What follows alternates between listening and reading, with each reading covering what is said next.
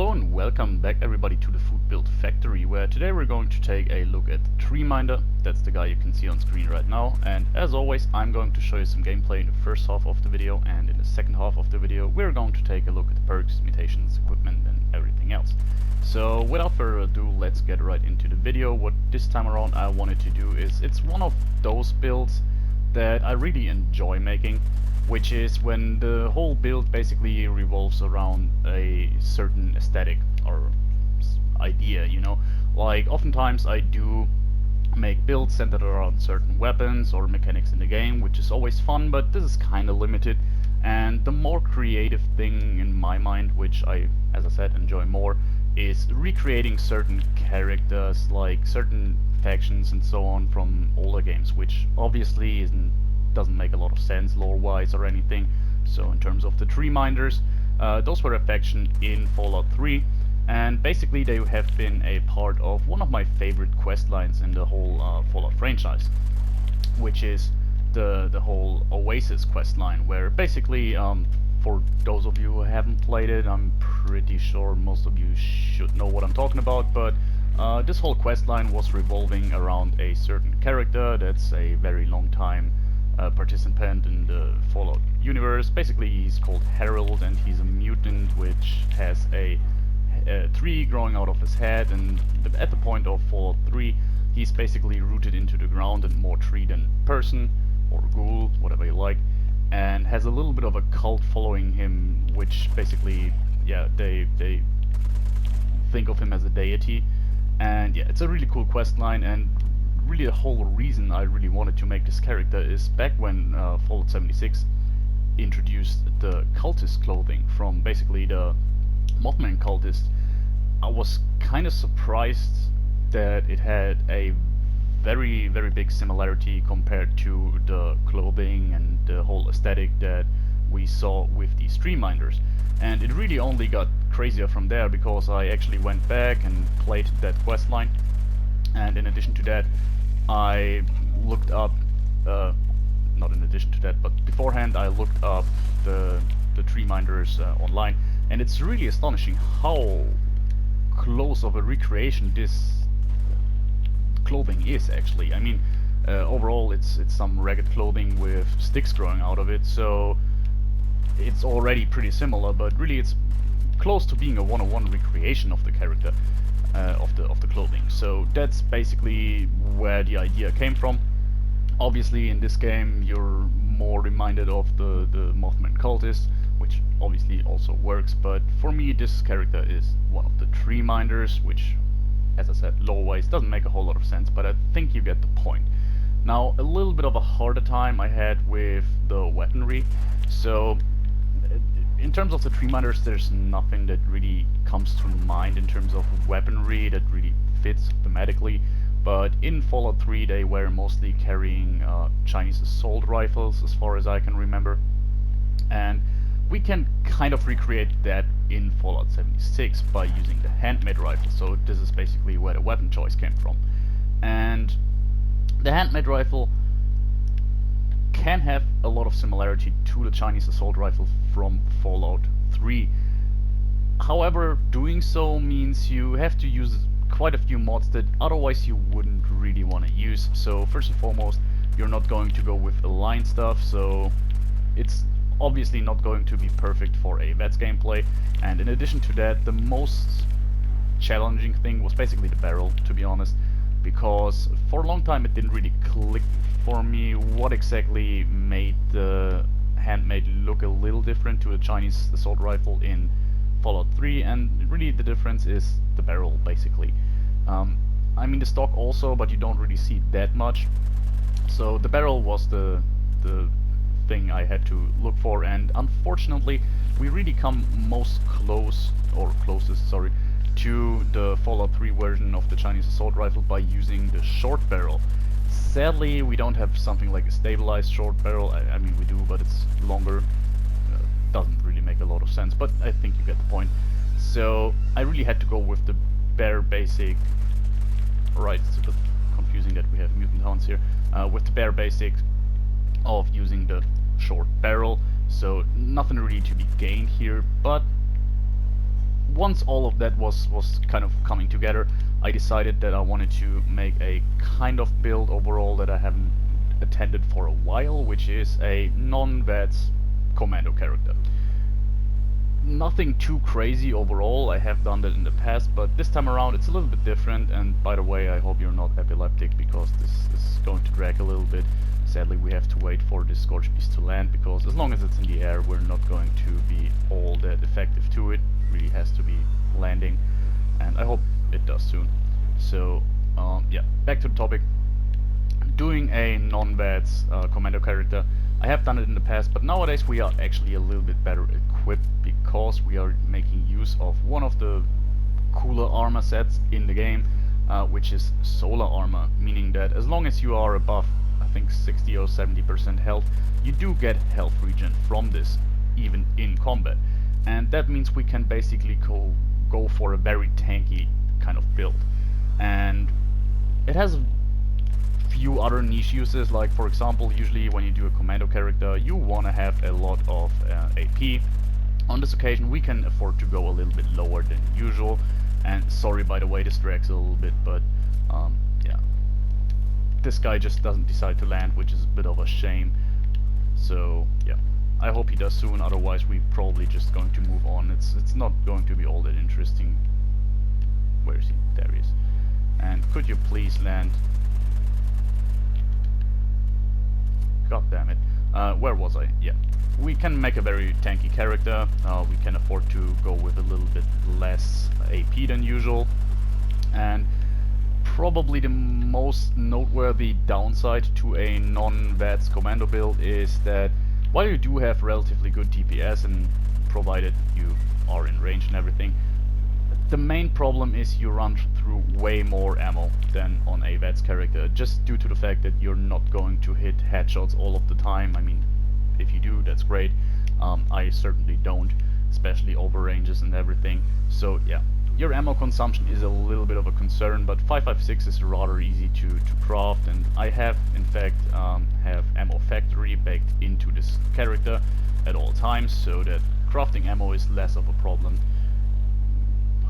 God damn it, why is this guy not landing? Now this is actually one downside to the weapon we are running here, that yeah, we have the short barrel, and exactly this is the situation you don't want to find yourself in. And usually you don't really have to, because usually these guys do land relatively reliably, but on this occasion we just had terrible RNG, I guess. This guy just didn't want to land. But yeah, regardless, we can move on now, already being longer into the video than I expected at this point. But anyways, so yeah, tanky character, good DPS, provided we are in range, which as you just saw usually happens, but there's exceptions. I mean, I think there's no good reason to ever approach something like a Scorched Beast usually, unless you just want to kill it, because to be honest they don't really drop anything of note. In my case at least, they do have a chance to drop some certain stuff for like ultrasight, calibrated shocks and so on, but you get the point. Usually they are more a waste of time than anything else. And yeah, as you can see here, going against mobs, I mean, these guys are squishy. We certainly do have quite good DPS. Now it's going to be a little bit interesting if we're seeing the assault run soon. Those guys can be tough, especially because they have a good chance to bring our health below the point where we do regenerate health. And yeah, this is a little bit of a mess here. Thought he glitched into the fire truck, but gladly he did. So basically the approach here is to always bring down foes before they are able to wear us down. Now in case they do, which should be the case here, we do actually have quite a few perk points invested into making our stimpaks more effective, so it shouldn't be too much of a problem. And as you saw there, we used one stimpak, but otherwise we were very effective in this situation, staying at high health. These guys obviously can also bring us down pretty easily. Major Gutsis are no joke, they are a major problem in fact. But I think we managed the whole situation very well here. So overall, really the only downside to this build is that when fighting bosses, your DPS may be a little too low, so it will take a little bit of time. You're not really made for stealth here. Other than oftentimes when we don't have sneak perks, we do have a ton of a ton of agility, so we're stealthy either way. On this occasion, we can get away with a little bit of stealth here and there, but it really isn't the point of this build. So yeah, I wouldn't really recommend it. It's basically a very hands-off approach where you just go into battle, fight everything, and don't have to worry a lot about stuff like using stim packs, managing your action points and so on. So it's a very action-packed kind of build, which I do enjoy from time to time. As I said, it's a little resource heavy due to the fact that you're not as effective with your ammo as you could be, using VATS, headshots, using crits and everything. But overall, still, it's a lot of fun. And I do enjoy the aesthetic, even though it's not really crazy or anything. It's pretty bare bones, but I do enjoy it a lot, and it really reminds me of the old quest line. Sorry. We, by the way, made a little bit of a break from the alien weaponry. The only thing I have left at the moment, which I wanted to take a look at in the near future, is the alien, how is it called? The club thing, you know, the melee weapon. We're going to take a look at that sooner. By the way, I am going to go into first person for the rest of the video, probably for the simple reason that it is night, and I think it's a little bit easier to watch for you guys at home if I'm not in third person. You will just see a little bit more, I guess. So that's why we do that. This build is in fact very fun, no matter what. I like third person, first person, doesn't really matter. Oftentimes I have a favorite. Sometimes it's really even necessary, talking about something like the hair trigger receiver on the hunting rifle, where you have to be in first person in order to actually get the benefit. But on this occasion, yeah, you can just switch as you want to, which I guess is something a lot of people do and want to have the ability to. Not really something I ever talked a lot about, to be honest, but yeah. Another thing I wanted to mention is something that I just can't wrap my head around at the moment, but yeah, now I do remember. I wanted to touch that on that earlier, which is the short barrel. Now, you obviously saw a very big drawback is fighting Scorch Beasts because they are out of range. Other than that, obviously shorter range is always a downside, but I didn't really find it too problematic on this character because I just find that I'm really more comfortable in close quarter situation using no VATS and everything. So my general approach to enemies is just to run up to them, really right in their face, and unload a hell lot of bullets on them, which was another coincidence that worked out really fine, because basically that's how I played Fallout 3 a lot of the times. So it really just fits the whole theme of the character yet again relatively well. Now, this is a little bit of a problematic situation here. We do have auto stim active, so we don't really have to worry too much. Even when we're not getting the effect of the solar armor, we are still relatively tanky, so we don't really have to worry too much. I think we can get over the situation quite easily. As you saw there, we used one stim pack, but now we're back. And yeah, back to the barrel. Now, usually you want to have other barrel options, because even if you're not using VATS and therefore want to go for line stuff, you do get a lot of benefit from using something like stabilized or true for better hip fire accuracy or for better recoil control. The good thing here is that we are using the Handmade rifle, and the Handmade rifle, in my opinion, is one of the best assault rifles in the game, commando weapon, sorry, for the simple reason that it is very stable. The handling is very nice. I do like it compared to, let's say, Fixer. I mean, a Fixer, for example, if you're not using it in VATS, is not something I do enjoy using a lot, as I said, except using it in VATS. If I'm using a automatic weapon outside of VATS, automatic rifle by the way, I do like to use the Handmade. Its damage is good, but really the handling is very nice, and that means that we're not missing out on too much here using the standard short barrel compared to something like stabilized or so. As you saw there, we are really managing our weapon very well, and since we are made for shorter ranges anyways, it's definitely, it doesn't feel like it's not stable enough or anything. So really, the stock and everything we do have is everything we need. One thing I didn't really do so much in this video is using hipfire, but to be honest, you can. Let's just do it for a while here. Yet again, for the short ranges, you're more than well equipped to go for hipfire. You can turn this up to ridiculous points if you're using aligned stuff and everything, but yeah, it's fine. You can definitely get away with hipfire even at this range here. Let's just show that. Yeah, it's going well. We're barely missing any shots, but I do prefer to just aim down sights. It's just something I'm more accustomed to, I would say. So that's something you have to figure out for yourself, but be aware you can definitely use way more hipfire than I did in this video here. And yeah, I think that's mostly anything. I'm just wrapping up the last few enemies that are around here. So we have 2 more super mutant hounds. There's another super mutant. Figured we weren't alone yet. As always, this is just scrapping up the rest of the enemies. There's someone who just left the courtyard for some reason.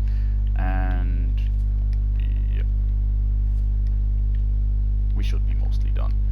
Yeah, we are hidden, and as I said, we're not especially stealthy or anything, so that's a good sign. And I think that was the gameplay part of the video so far. I hope you enjoyed it, and we're now going to take a look at the more in-depth stuff, starting off with our mutations. And here we have them. So we are currently under the influence of adrenaline, as you can see there, but yeah, we see that in few minutes when I'm talking about the perks. So we can also see the effect of the solar armor here, healing 4 HP per second, which doesn't sound like a lot, but you saw there, combining it with a few survivability perks, we can actually be very tanky, and yeah, that's nice.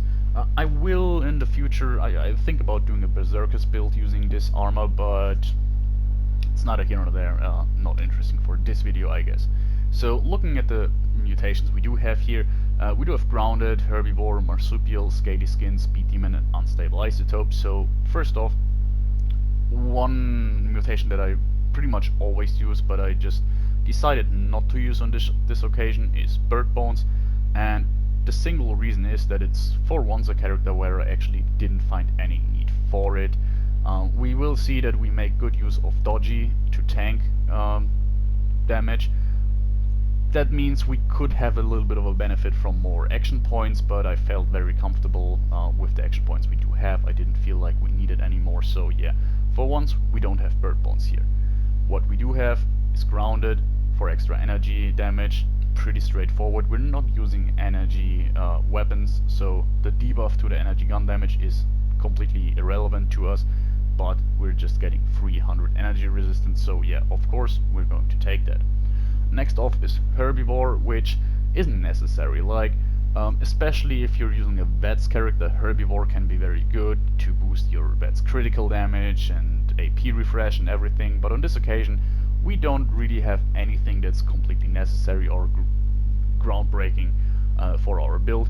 What I found to use was Tato Salad, which gives you a little bit of healing, but more importantly gives you 60 more action, more HP, which is kind of significant as a buff. So yeah, that's something you can do. It's also really easy to craft, so yeah, still you're getting benefit from herbivore, but keep in mind it's not necessary at all. Now speaking about the more necessary stuff here, marsupial and speed demon, those are always a good decision for just moving around more quickly. Bigger jump height, faster movement speed, that's very nice, and especially the faster reload speed from speed demon on this occasion is pretty significant, because as you notice, the ammo capacity on the weapon isn't crazy, so we find ourselves reloading a lot, and yeah, reloading faster is obviously a nice thing to have here. Then we do have scaly skin, and on this occasion, yeah, it's just a bit of extra damage and energy resistance. So the reason I took this here is, firstly, the debuff is negligible, especially with our class freak mutation, so minus 12 action points is just not a whole lot. So as I said, I felt very comfortable with the amount of action points we do have, because really we're just using them for sprinting around, where we do have marathoner though, and the main reason we need some action points is dodgy, to tank stuff, but you don't need a ton of action points in order to make good use of dodgy. The more important thing is action point refresh, and we're going to take a look at that relatively soon. And lastly, we do have unstable isotope. Now, I don't think we have seen it once during the whole video. It's just basically if you are attacked by a melee enemy, there's a chance that you have this little mushroom cloud around you. There's no particular reason I used this perk, this mutation. I just thought it was fun. It's a little bit of a unique visual, but it doesn't really add anything. The damage isn't reliable, and yeah, it's just fun, leave it or not. It does, but it doesn't have any downside on this occasion, so therefore, yeah, why not? And yeah, that's basically it when it comes to our mutations. And now let's move on to our equipment, starting off with our Handmade rifle here. I tried a few different versions here. I initially went with a Furious version, but ultimately I went for the most reliable effect combination you could probably have. Like, we have an anti-armor, faster fire rate, faster reload Handmade, which no matter what kind of build you are running, this may not be the best version. Like, if you're going for VATS, you might get a little bit more out of better VATS crits and less VATS cost or something like that. You get the point. But ultimately, you can't go wrong with this combination. More DPS overall. Like, anti-armor, there's a few enemies where it doesn't do a whole lot, but those are typically the weakest enemies within the game, so it doesn't really matter anyways. And the moment you're fighting something that's typically assumed to be a little bit harder, talking about high-level super mutants, Scorch Beast, anything, yeah, anti-armor gives you a big boost to your damage. Faster fire rate obviously just boosts your DPS, like, there's not a lot to talk about here. And faster reload, on this occasion, very beneficial. So, I talked about this earlier, we do reload a whole lot within this game, and if you're not speccing into reloading fast, it can be tedious. And on this occasion we do have multiple sources of increasing our reload speed. So we already had Speed Demon, which is not out of the ordinary. I basically have it on every single character, but on this occasion we also have the faster reload perk, and on top of that we do have a Swift magazine, which does give us more ammo capacity and faster reload. So yeah, we have three different sources of faster reload basically. In terms of damage, 84 is not bad. In terms of ammo, we burned through like 2,000 shots during the video, so as I said, this is a very ammo hungry build. But yeah, other than that, we do have a powerful automatic receiver. Now if you go for something like a VATS build, I would always go with the tweaked receiver, which does the same amount of damage but on top boosts your crit damage. On this occasion though, we're not using crits at all, so powerful does the trick. Then we do have the short barrel. I talked a lot about that. I think overall this is the main thing you need in order to recreate the look of the Fallout 3 Chinese assault rifle. However, it's probably the worst option in terms of actual efficiency, so keep that in mind. If you want to go for a little bit better efficiency, I found that the true long barrel doesn't add too much range, but isn't too long either, so yeah, that's another option you can use. Then we do have a true stock. Also, yet again, not the best for our gameplay, because as I said, I found myself not hip firing all that much, so a stabilized stock would have been better and really makes a big difference, on top of already having a weapon that's handling very well. But in terms of visuals, we had to go with the true stock. There's just nothing else that works as a Chinese assault rifle replicant, so yeah, that's why that's there. Swift magazine, already talked about that. In terms of sights, I went with glow sights because yeah, in Fallout 3 you just have your basic iron sights, so yeah, that's why glow sights are here. And then we do have a muzzle brake to add a little bit more length to the weapon, again visually, and on top of that, yeah, it helps with recoil, so that's why it's here. In terms of color, there's a lot of skins for the Handmade rifle, and especially one noteworthy one is the Chinese assault rifle skin, or communist skin, something like that, which would work perfectly obviously, but it does actually make the weapon completely red and everything, and it does not look all that much like the weapon in Fallout 3, so I just went with completely standard colorization. And yeah, that's it in terms of the weapon. And talking about the armor, we do have one auto stim piece, which luckily enough also boosts our effectiveness with stim packs by 5%, but that's not too crazy. And the rest here is a little bit mixed matched. I have an Exterminator's piece, a Ghoul Slayer's piece, a Mutant Slayer's piece, and a Troubleshooter, so just giving us overall relatively good protection here. There's nothing I desperately wanted to go for. Obviously what would work very well here is Vanguards, but I didn't really want to go through the whole process of crafting over and over again. The only thing I did actually look for was having 2 action point refresh pieces in order to make good use out of our dodgy perk. And if you look down, we actually don't have crazy resistances, so that comes from the fact that when you're crafting solar armor, it actually has the same rule set as Urban Scout armor or Forest Scout armor, so you can't learn the modifications for it. You have to find the little boxes themselves, and it's a very tedious process, which to this day I found super stupid, but due to the fact that we have healing and have a lot of good survivability perks, I actually didn't find it too necessary to go way higher than the resistances we do have. Obviously it wouldn't hurt, but as you've seen during the video, we are pretty tanky as is, so yeah. We have a ton of radiation resistance, but that's just from our legendary perks, so we're going to talk about that later on. And in terms of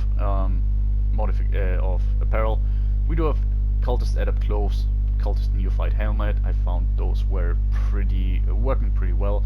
In terms of the helmet, actually the Treeminders from Fallout 3 don't have branches coming out of their hoods, so the Acolyte hood maybe would be a better fit, but ultimately I went for it just because it worked rather well in my eyes. And in terms of under armor, I went with shielded Secret Service under armor, giving us extra strength and perception, which is redundant on this build. The extra strength is nice, I guess, because it gives us a little bit more carry weight, but really the important factor here was endurance, just giving us a few more hit points and make us a little bit more tanky. There's nothing we really need, to be honest, so you can go with basically everything you like. And that being said, I think we can now go on to our perks, talking about strength, which is at 5. We do have Bandolier because we do carry a ton of ammo in a perfect world. Now on this occasion I only am left with like 3,500, but yeah, it doesn't hurt and isn't all that crazy to go up to like 50,000 556 ammo to carry around, so Bandolier was a pretty good choice, I guess. Then we do have Blocker, which is one of the best defensive perks you can get for the amount of perks you do have to invest into it, because yeah, 45% less damage from melee attacks is huge, because it also, as far as I'm aware, is factored in before anything else, so all incoming damage is reduced by 45% and then has to penetrate your armor and everything, so yeah, it actually makes more of a difference than 45% in my experience. So yeah, it's really a great perk, and on this occasion we are very much made for close quarters combat, meaning that it's not a rarity that melee attacks get in on us actually, so yeah, really beneficial perk here. Then we do have Perception, which is probably to no one's surprise at 15. So we do have Master Commando, Commando and Expert Commando maxed out. Pretty straightforward here, getting a 20% additive damage buff to our weapons from every single one of them is nice to have. In addition to that, we do have Tank Killer, which on this occasion you could get away without, just for the simple fact that we also have anti-armor on our weapon already, so the returns we're getting for 36% more armor penetration are relatively low, but still it's a little bit more damage for us, and also a small chance to stagger with this high fire rate can actually make a difference in some boss fights, so yeah, Tank Killer is always a good option. And lastly, we do have Ground Pounder, which we rarely have maxed out like we have it on this occasion, just because usually when I go for commando weapons I want to factor in at least one rank of concentrated fire, but this time around we're not using that at all, so Ground Pounder could go all the way up. Yet again, improving our reload speed, I forgot to mention that one earlier, and on top of that, improving our hip fire so our hipfire accuracy. So yeah, through and through a very beneficial perk for this occasion. Then we do have endurance, which is at 10, so definitely way higher than I often go, or a lot of people often go, because yeah, endurance isn't the best stat in the game, but if you're going for such a high health build, it's not to be overlooked either, in my opinion. And we do have Life Giver, which is just a filler. I didn't really know what else to use here, but yeah, 4 points of endurance combined with Life Giver, that's quite a significant amount of hit points to consider. So yeah, I like Life Giver. I know a lot of people think the investment is high for what it actually gives. Maybe on this occasion actually it would be a better idea to go with something like Ironclad, but I decided to go for Life Giver and I don't really regret it. Then we do have Adamantium Skeleton, and this one was a pretty straightforward choice here because the whole premise of the build is being tanky enough so we don't have to run through Stimpaks all of the time, and that all wouldn't be too beneficial if we then have to use Stimpaks to heal our crippled limbs, and therefore yeah, Adamantium Skeleton was a pretty straightforward pick, as is Fireproof, because on this occasion, as I said, getting modifications for our solar armor is not as easy as just scrapping the weapon and scrapping the armor and learning it, so there's a very good chance you do run around without dense chest piece. You could definitely be tanky enough to survive exploding cars or the occasional missile launcher attack, but still, Fireproof is never a bad decision. Then we do have Charisma, which is also a little higher than usually at 9, pretty high in fact. I personally do like Lone Wanderer, giving us yet again a little bit more tankiness, and AP Refresh, which is nice, combined with our 2 pieces of AP Refresh. That's enough to basically use Dodgy all of the time. Then we do have Tenderizer, because it's always a good pick. 10% multiplicative damage after the first hit on our target with a ranged, not a ranged weapon, with a weapon, or no weapon at all, just 10% more damage after the first hit, which is nice. We're never going to one-shot anything except maybe a squirrel, and therefore, yeah, we're always getting a good effect out of Tenderizer. And lastly, we do have Field Surgeon. This combined with First Aid here in Intelligence makes it so, I mean, it's a combination where 99% of the time it's basically dead weight for us, because as you saw during the video, we can survive a ton of encounters without ever touching a single Stimpak. The thing is though, in situations where we have to, oftentimes you realize relatively late that you want to use a Stimpak, and this just helps you get back into that realm where we do get an effect from the solar armor. And yeah, combining Field Surgeon with First Aid means just using one Stimpak, even if it's a diluted Stimpak, it should be enough to bring you back to like 80% health or so, and you're back to being very tanky. And yeah, that's basically the whole story here. On top of that, we do have Gunsmith. Just taking another look at our weapon here, so you can see the amount of durability we have. I started with something like 100, maybe 105, really just a slight bit over 100% condition. So yeah, due to the way that we are firing a ton of bullets and go through a lot of shots, we do actually have a little bit of a problem with condition. The weapon breaks relatively fast, and without Gunsmith I found that it was just unbearable for me.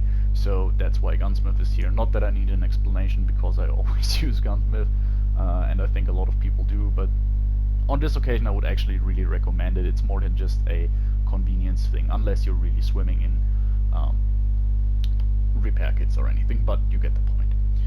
Then we do have Endurance at 11, which is relatively low. I mean, it's relatively high, but for my kind of characters I often go with max agility, and especially for riflemen or commando characters I pretty much always go for 15 agility, and on this occasion I went with 11 using Marathoner. This is just a little bit of a filler. You could go with Action Boy to further increase your action point refresh, but I just enjoyed the idea of having Marathoner for the reason that when I am running up to enemies, which I often have to do because yet again we don't have a lot of range, I will arrive with like 80-90% of my action points left, and that's where we can make use of Dodgy, which avoids 30% of incoming damage at the cost of 30 action points. This does only happen every 3 seconds or so, I think.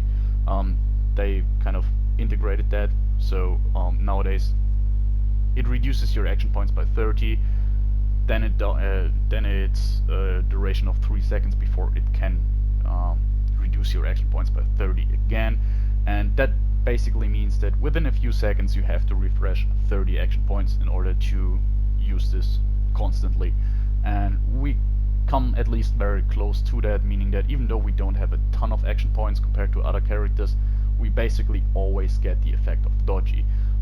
One noticeable problem with dodgy is that, yeah, shotgun characters or multi-projectile characters can still reduce your action points by more than 30, but that's niche situations, and typically actually enemies with multi-projectile weapons aren't the toughest anyways, or really from, yeah, the only thing I can think of at the moment is Scorched and Mole Miners, so therefore, yeah, overall dodgy is a very good pick if you're not relying on action points for anything else. So oftentimes you can't really use it because it's interfering with your VATS gameplay, but on this occasion there's no downside to using it. And that leaves us with luck, which for a non-VATS character is relatively high at 14, but still there's always good perks in luck. It's just a very good stat in this game. And yeah, we do have Ricochet just to reduce incoming damage from ranged fire. We do have Claw Streak, which on this occasion isn't all that necessary. We actually have relatively minor downsides from our mutations, but still Claw Streak is not a bad decision, I guess.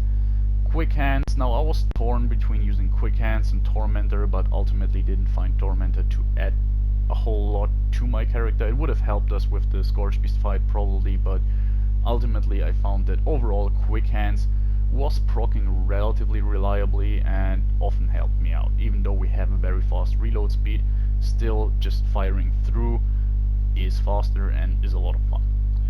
Then we do have Bloody Mess, which doesn't add a whole lot here, but still it's a bit extra damage and we have the points, so why not use it. And lastly we do have Starched Jeans, because of course we do, we want to keep our mutations and not get any new ones. And that just leaves us with legendary perks. So the boring ones right off the bat are legendary agility, intelligence, luck and strength, and on this occasion every single one of them gives us access to more perk points to use, and nothing just boosts our passive, so yeah, we just need that in order to get all the perks we wanted. Then we do have Ward Rats, which I very often have just because I like the convenience. On this occasion though, it also synergizes very well with our solar armor, so we both regenerate health as well as regenerate rats. Not regenerate rats, but get rid of rats automatically. I think you get the point. So overall this helps just not being reliant on any chems basically, or mats. And lastly we do have Ammo Factory. So obviously there's better choices. Far-flung fireworks could be fun and add a little bit of DPS here and there, but ultimately I went for Ammo Factory because, as I said, this is a very ammo hungry build. There's nothing else we desperately needed, and therefore I found that not having to switch it in and out all of the time would be a nice thing, and therefore yeah, Ammo Factory is here. So ultimately that was my build. I hope you enjoyed it, guys. I certainly had a lot of fun playing with it, creating it, and yeah, I hope you enjoyed it, and see you next time. Bye.